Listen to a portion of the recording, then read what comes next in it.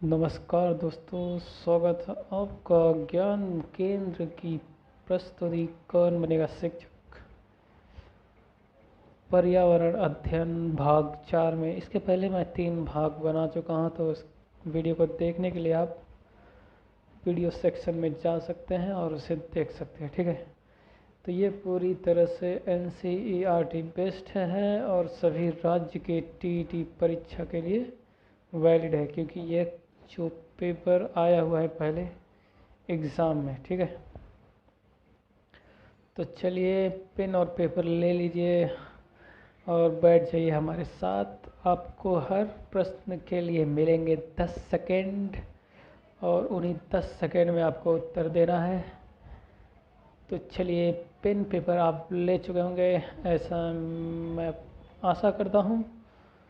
तो चलिए प्रश्नों का सिलसिला शुरू करते हैं और रखते हैं पहला प्रश्न आपके स्क्रीन पर।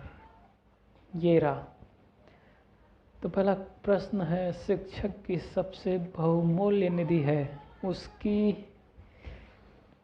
पहला ऑप्शन है सेवा, दूसरा वेतन, तीसरा गर्व और चौथा ऑप्शन है छात्रों का विश्वास। तो इसके लिए आपको मिलेंगे 10 सेकेंड, तो उत्तर जल्दी से सोच लीजिए।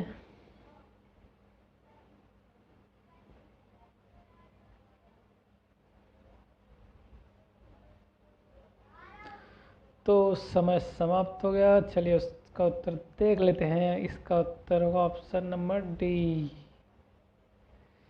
छात्रों का विश्वास ही शिक्षक की सबसे बहुमूल्य निधि होती है। ठीक है, बढ़ते हैं अगले क्वेश्चन की तरफ। ये रहा आपके स्क्रीन पर। परिकल्पना को बार बार परीक्षा करने से गलत नहीं पाया जाता है, तो वह है एक, जिसे बोलते हैं थ्योरी बोलते हैं ना, उससे आप कितनी भी कैलकुलेशन कर लीजिए, कितनी भी गणना कर लीजिए, उसका उत्तर हमेशा एक ही आएगा। तो ठीक है, तो वह कौन सी चीज़ है? ऑप्शन है सिद्धांत, कानून, खोज या फिर मूल संकल्पना। तो इसके लिए मिलेंगे आपको 10 सेकेंड।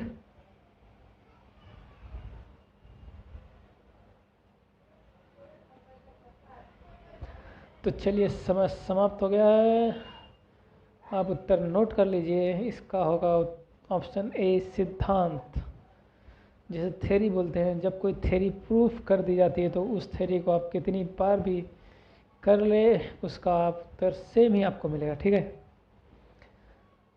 चलिए तो बढ़ते हैं अगले क्वेश्चन की तरफ। क्वेश्चन नंबर 3 आपके स्क्रीन पर ये रहा। निम्नलिखित में से सबसे उपयुक्त शिक्षण विधि है। ऑप्शन ए विचार गोष्ठी एवं श्रुतलेख, ऑप्शन बी श्रुतलेख एवं दिया गया कार्य, या फिर ऑप्शन सी विचार गोष्ठी एवं कार्य योजना, या फिर ऑप्शन डी व्याख्यान एवं श्रुतलेख। तो जल्दी से अपना उत्तर नोट कर लीजिए। 10 सेकेंड इसके लिए आपको।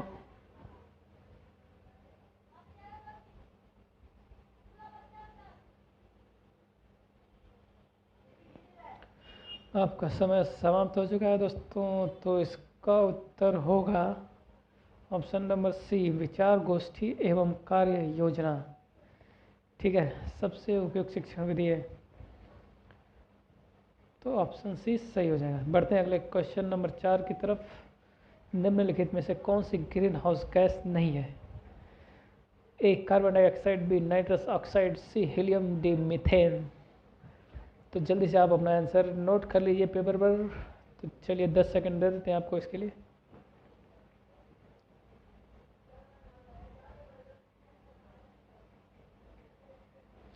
समय समाप्त हो गया। बहुत ही अच्छा क्वेश्चन है, बार बार पूछा जाता है। तो इसका उत्तर होगा सी हीलियम। हीलियम ऐसा गैस है जो ग्रीन हाउस गैस नहीं है, जबकि कार्बन डाइऑक्साइड, मीथेन और नाइट्रस ऑक्साइड ये ग्रीन हाउस गैसें हैं। ठीक है, हीलियम ग्रीन हाउस गैस नहीं है, बाकी सब ग्रीन हाउस गैसें हैं। तो ठीक है, अब मैं फटाफट करूँगा क्वेश्चंस, क्योंकि टाइम बहुत ज़्यादा हो जाएगा। 30 क्वेश्चंस होंगे आपके सामने। इसलिए हर क्वेश्चन को फटाफट करने की कोशिश करूँगा, ज़्यादा एक्सप्लेनेशन नहीं दूंगा मैं। ठीक है, बढ़ते हैं अगले क्वेश्चन की तरफ। ध्वनि प्रदूषण का मापन किस इकाई द्वारा किया जाता है? Option A joule, B decibel, C newton, D nano इकाई। चलिए 10 सेकंड का समय देते हैं।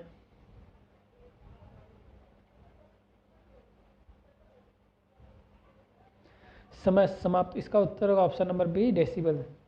डेसिबल में ध्वनि का मापन किया जाता है। ठीक है, बढ़ते हैं अगला क्वेश्चन नंबर 6 की तरफ। निम्न में से किस स्थलाकृति का निर्माण हिमानी द्वारा हुआ है? ए लेपिज, बी यू आकार की घाटी, सी वी आकार की घाटी, या फिर डी जलप्रपात। 10 सेकंड देते हैं आपको।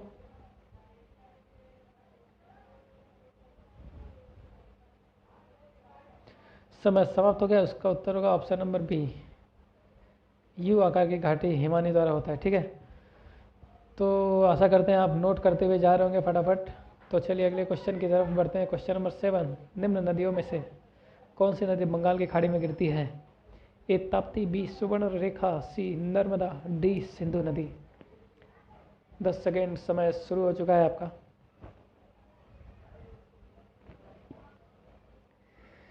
तो उत्तर देख लेते हैं फटाफट।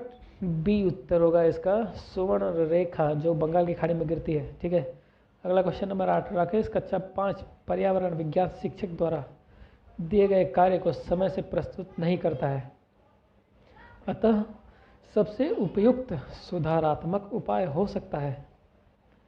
ऑप्शन नंबर ए प्रधान अध्यापक की जानकारी में लाना, बी खेल की कक्षा में जाने पर प्रतिबंध लगाना, सी उसकी अनियमितताओं के कारणों को जानकर उसे मार्गदर्शन देना, या फिर डी उसकी अनियमितताओं की लिखित जानकारी माता पिता को देना। तो ये ऑप्शन सी आपको दिख रहा होगा। इस यहाँ पे जो होगा ये गलत लिखा हुआ है, यहाँ पे अनियमितताओं, ये जो न है इसकी जगह पे त आएगा। ठीक है, को जानकर उसे मार्गदर्शन, उससे के बाद ये से नहीं होगा। ठीक है, मार्गदर्शन। तो 10 सेकंड आपको देते हैं इसके लिए।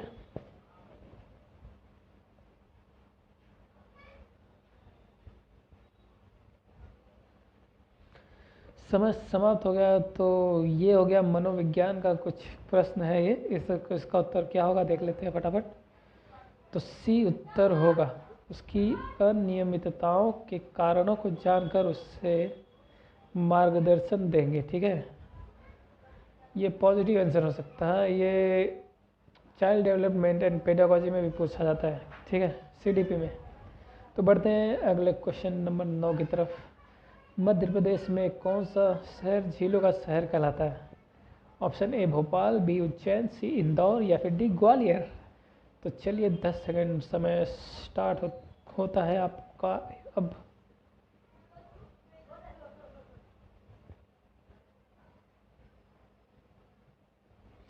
समय समाप्त की घोषणा। तो मध्य प्रदेश का वो शहर जो हो है भोपाल है, जो झीलों का शहर कहलाता है। ठीक है, जैसे मध्य प्रदेश की राजधानी भी भोपाल ही है। ठीक है, बढ़ते अगले क्वेश्चन नंबर 10 की तरफ। निम्न में से कौन सा सागर यूरोप को अफ्रीका से अलग करता है?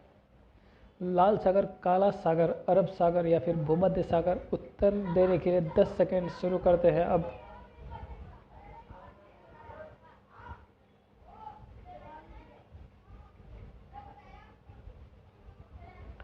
समय समाप्त। तो भूमध्य सागर ऑप्शन नंबर डी, ये जो है यूरोप को अफ्रीका से अलग कर देता है। ठीक है, बढ़ता है अगला क्वेश्चन नंबर 11।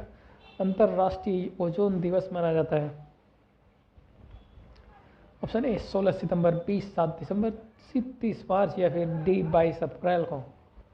10 सेकंड का समय देते हैं अब।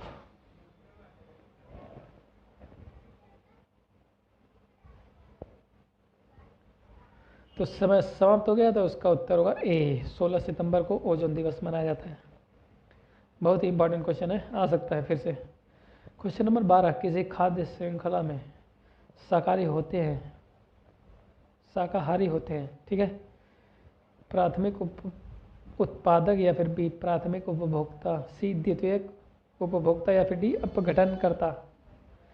जो शाकाहारी होते हैं वो चलते हैं, 10 सेकंड देते हैं आपको, ज़्यादा टाइम पास ना करते हुए।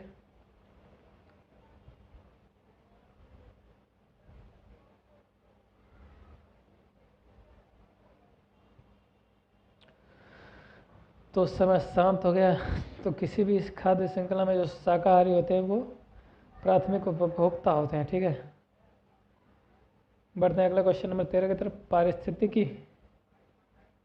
पारिस्थितिक तंत्र के तत्वों के चक्र को क्या कहते हैं? रासायनिक चक्र, जैव भू रासायनिक चक्र, भूगर्भीय चक्र, या फिर डी भू रासायनिक चक्र। 10 सेकंड का समय शुरू होता है अब।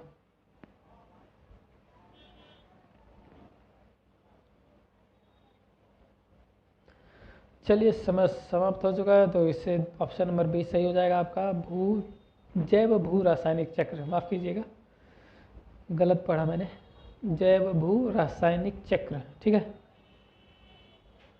बढ़ते हैं अगला क्वेश्चन नंबर 14 की तरफ। निम्नलिखित ईंधनों में कौन सा न्यूनतम पर्यावरणीय प्रदूषण उत्पन्न करता है? सिंपल सा क्वेश्चन है, थोड़ा लॉजिक लगाएंगे तो आपको समझ में आ जाएगा। 10 सेकंड का समय आपको देते हैं। पहले ऑप्शन पढ़ लेते हैं। Option A diesel, B petrol, C hydrogen, D कोयला। हाँ, तो समय शुरू होता है अब।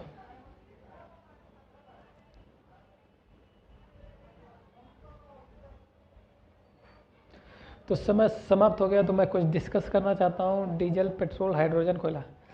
डीजल थर्ड क्वालिटी का होता है, उसके नीचे पेट्रोल उत्तम क्वालिटी का होता है, डीजल उससे नीचे की क्वालिटी का होता है, और कोयला डीजल पेट्रोल से नीचे क्वालिटी का होता है, ठीक है। और सबसे सर्वोत्तम ईंधन क्या होता है? हाइड्रोजन होता है, जो कि आसानी से अवेलेबल नहीं होता है, उपलब्ध नहीं हो पाता है, क्योंकि हाइड्रोजन से बहुत ही ज्वलनशील होता है। ज्वलनशील का अर्थात क्या होता है? थोड़ा भी चिंगारी अगर मिल जाए तो ये पूरे को आग में कन्वर्ट कर लेगा, बहुत ज़्यादा ही ज्वलनशील होता है हाइड्रोजन, ठीक है। तो इसका ईंधन के रूप में प्रयोग नहीं किया जा सकता, हालांकि रिसर्च चल रहे हैं कि कैसे कर सकते हैं। तो बढ़ते हैं, ये ऑप्शन सी आपका सही हो जाएगा, ठीक है। हाइड्रोजन ईंधनों में सबसे कम पर्यावरणीय प्रदूषण उत्पन्न करता है, जो कि सबसे ज्वलनशील होता है, ठीक है। जो हमारे रसोई गैस में होता है, एलपीजी यूज होता है, लिक्विफाइड पेट्रोलियम गैस, ठीक है। तो बढ़ते हैं अगले क्वेश्चन की तरफ, ज़्यादा डिस्कस न करते हुए, ज़्यादा समय न लेते हुए। क्वेश्चन नंबर 15 की तरफ। संकटग्रस्त जंतु दैत्याकार पांडा पाया जाता है ऑस्ट्रेलिया में, भारत में, चीन में, या फिर ब्राज़ील में? समय देते हैं आपको अब।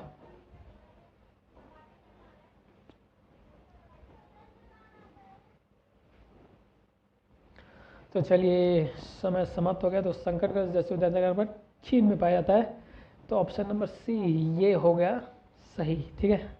बढ़ते अगले क्वेश्चन की तरफ। निम्नलिखित किस गैस के कारण भोपाल गैस त्रासदी हुई? ये भी इंपॉर्टेंट क्वेश्चन है, कभी कभी आ जाता है, दोबारा रिपीट हो जाता है, ठीक है। तो option number A chlorofluorocarbon, option B carbon dioxide, option C nitrous oxide, या फिर मिथाइल आइसोसाइनेट। समय आपको देते हैं 10 सेकंड के लिए।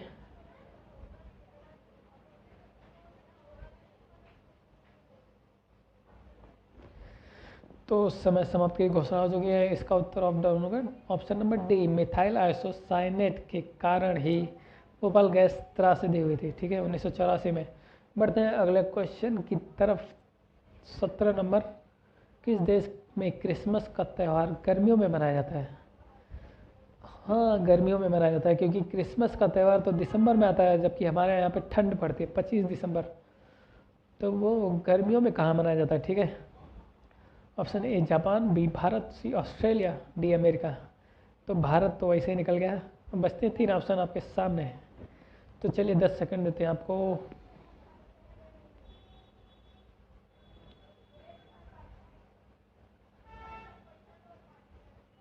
समय समाप्त। उत्तर होगा option number C, Australia. Australia में जो होता है क्रिसमस का त्यौहार गर्मियों में मनाया जाता है। अगले क्वेश्चन की तरफ बढ़ते हैं। गिर वन्य जीव अभयारण्य निम्न में से किस वन्य जीव का संरक्षण करता है? हाथी का, सांप का, गैंडा का, या फिर शेर का? ऑप्शन दे दिए गए हैं, समय शुरू करते हैं 10 सेकंड का।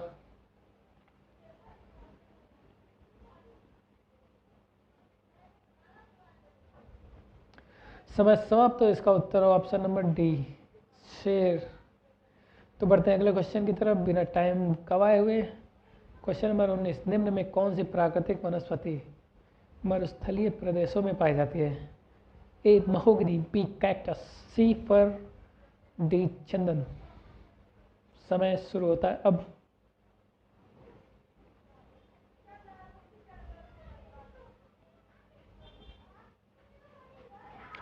तो समय समाप्त हो गया। तो प्राकृतिक वनस्पति फसल में बदल दें। ये कौन सी प्राकृतिक वनस्पति है? ऑप्शन बी, जो कैक्टस है वह वनस्पति मरुस्थलीय प्रदेशों में पाई जाती है, जैसे कि राजस्थान हो गया, सहारा मरुस्थल अफ्रीका, और बहुत सारे मरुस्थल हैं।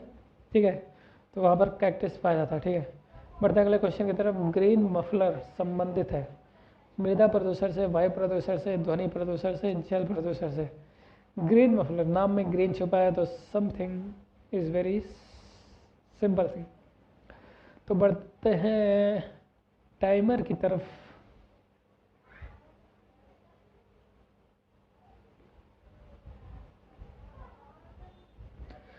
तो चलिए इसका उत्तर देख लेते हैं। तो हो गया ध्वनि प्रदूषण। ग्रीन मफलर संबंधित है किससे? ध्वनि प्रदूषण से। तो बढ़ते अगले क्वेश्चन की तरफ। भू पारिस्थितिकीय तंत्र में ऊर्जा का महत्वपूर्ण स्रोत है। यहाँ पे मैं नहीं, मैं होगा। ठीक है, तो ऑप्शन ए सूर्य है, पृथ्वी है, चंद्रमा है या शुक्र है। बहुत ही सिंपल सा क्वेश्चन है, 2 बार आ चुका है। ठीक है, तो चलिए 10 सेकंड फिर भी आपको दे देते हैं।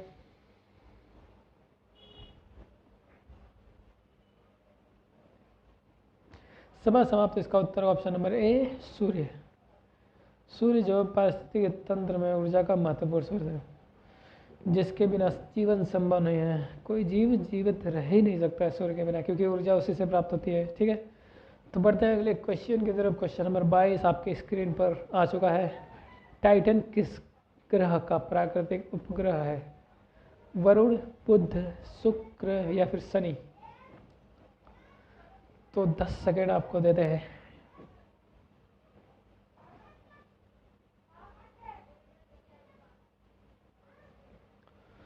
समय समाप्त हो चुका है। तो ऑप्शन नंबर सी, शनि का जो है टाइटन प्राकृतिक उपग्रह है। बढ़ते हैं अगला क्वेश्चन नंबर 23 आपके स्क्रीन पर आ चुका है।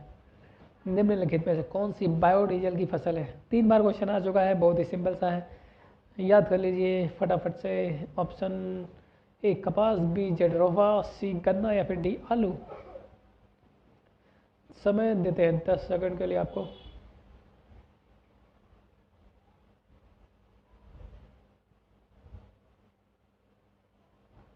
समय समाप्त हुआ। तो इसका उत्तर होगा जेट्रोफा, ऑप्शन नंबर बी। ये बायोडीजल की फसल है। ठीक है, 3 बार आ चुका है एग्जाम में, तो आने के चांसेस तो हैं।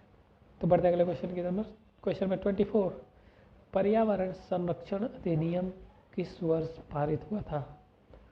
आपके सामने option A 1982, option B 1986, option C 1992 या फिर ऑप्शन डी 1996।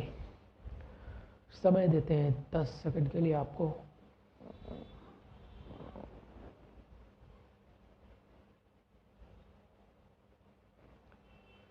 तो ऑप्शन समय समाप्त हो चुका है। तो ऑप्शन नंबर बी 1986 ये सही होगा। तो पर्यावरण संरक्षण अधिनियम 1986 में पारित हुआ था। तो बढ़ते हैं अगला क्वेश्चन की तरफ। ये रहा आपकी स्क्रीन पर। भूमंडलीय तापन का कारण है? किसके द्वारा भूमंडलीय तापमान बढ़ता है? हिमनदों में वृद्धि के द्वारा, या फिर कार्बन डाइऑक्साइड में वृद्धि होती है इसके द्वारा, या फिर कार्बन डाइऑक्साइड में कमी के द्वारा होती है, या फिर वनों में वृद्धि के द्वारा होती है। तो इसमें से क्या हो सकता है कैंसिल? ये तो कैंसिल हो जाएगा। वन के द्वारा कार्बन डाइऑक्साइड, तापमान तो बढ़ नहीं सकता। ठीक है, कार्बन डाइऑक्साइड में कमी, कार्बन डाइऑक्साइड की अगर कमी है तो तापमान तो कम होगा। फिर हिमनद में अगर वृद्धि हो जाएगी तो उसके द्वारा ठंडी बढ़ जाएगी, ठंडी ठंडी। तो आपके सामने एक ही ऑप्शन बचता है, फिर भी आपको 10 सेकंड देते हैं।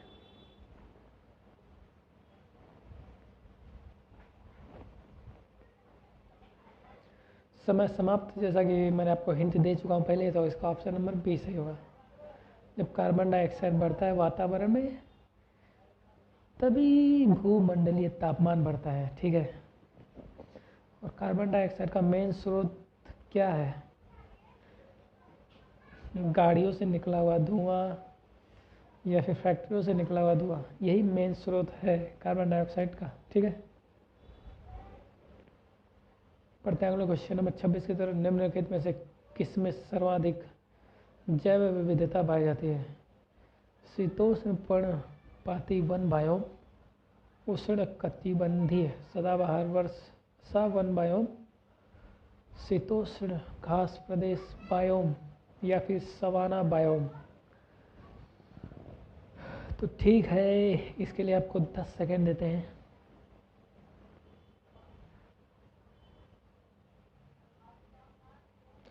समय समाप्त हो गया। ऑप्शन नंबर बी, उष्ण कटिबंधीय सदाबहार वर्षा वन बायोम। यहाँ पर सर्वाधिक जैव विविधता दिखाई देती है, ठीक है, पाई जाती है। Question number 27। निम्न में से किस मृदा का निर्माण लावा द्वारा होता है? लावा, ज्वालामुखी फटने से लावा बनता है। और उसके कारण कौन सी मृदा बनती है? ए लाल मिट्टी, बी काली मिट्टी, जी जलोढ़ मिट्टी या फिर सी डी लैटेराइट। तो चलिए बढ़ते हैं टाइमर की तरफ।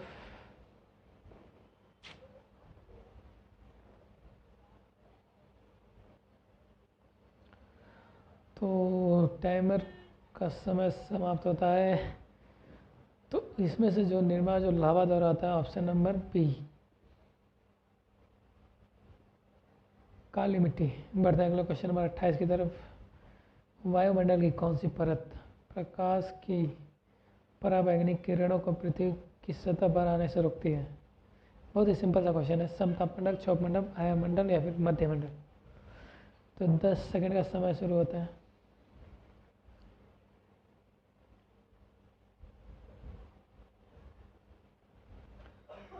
समय समाप्त हो गया। तो इसका उत्तर हो ऑप्शन नंबर ए, समतापमंडल में पराबैंगनी किरणों को रोकने की क्षमता होती है। जो अल्ट्रावायलेट रेज होती हैं, पराबैंगनी किरणें, वो ओजोन की परत द्वारा सोख ली जाती हैं। तो ओजोन की परत कहाँ पाई जाती है? समतापमंडल में, ठीक है। बढ़ते हैं अगले क्वेश्चन की तरफ। 29, question number 29। Ganga action plan को लाने का उद्देश्य निम्नलिखित में से किस सुधार हेतु है? ए जल की गुणवत्ता, बी जल का वेग, सी जल की प्रचुरता या फिर डी जल के तापमान। सिंपल सा क्वेश्चन है, फिर भी आपको 10 सेकंड दे देते हैं इसके लिए।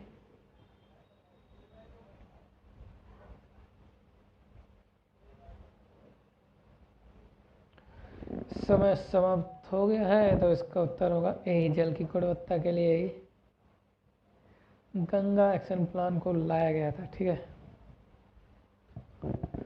बढ़ते हैं आखिरी क्वेश्चन की तरफ। इसके बाद आप मिला लीजिए कि आपका कितने सही गलत हुए, ठीक है। आखिरी क्वेश्चन आपके स्क्रीन पर ये रहा। निम्नलिखित में से कौन सा वृक्ष जैविक कीटनाशक का उत्पादक है? बहुत ही सिंपल सा क्वेश्चन आ गया आपके सामने।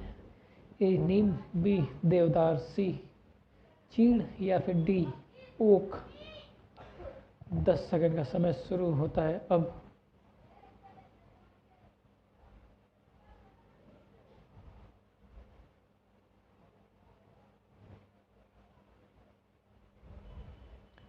समय समाप्त हो गया है आखिरी क्वेश्चन का भी। तो इसका उत्तर होगा ऑप्शन नंबर ए, नीम है जो जैविक कीटनाशक का उत्पादक है, ठीक है।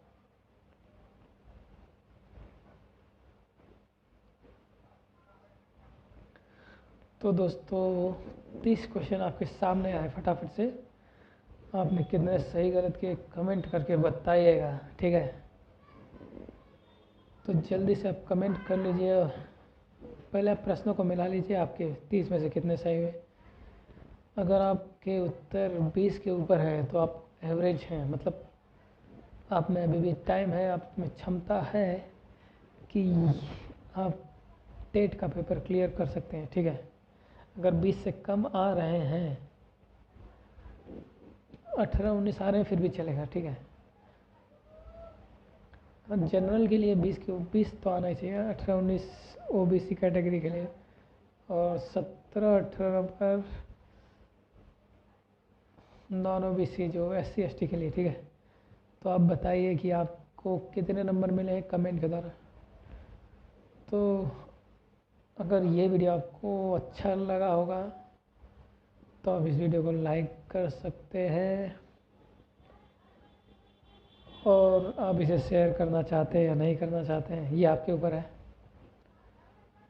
और पहली बार इस चैनल पर विजिट कर रहे हैं तो आप इस चैनल को सब्सक्राइब कर सकते हैं, ठीक है दोस्तों। तो मिलते हैं अगले वीडियो में, अगले भाग में। तब तक के लिए नमस्कार। तैयारी करते रहिए, स्वस्थ रहिए और खुश रहिए, ठीक है। मिलते हैं अगले वीडियो में। और हाँ, ज़रूर से इस चैनल को सब्सक्राइब कर लीजिएगा और नोटिफिकेशन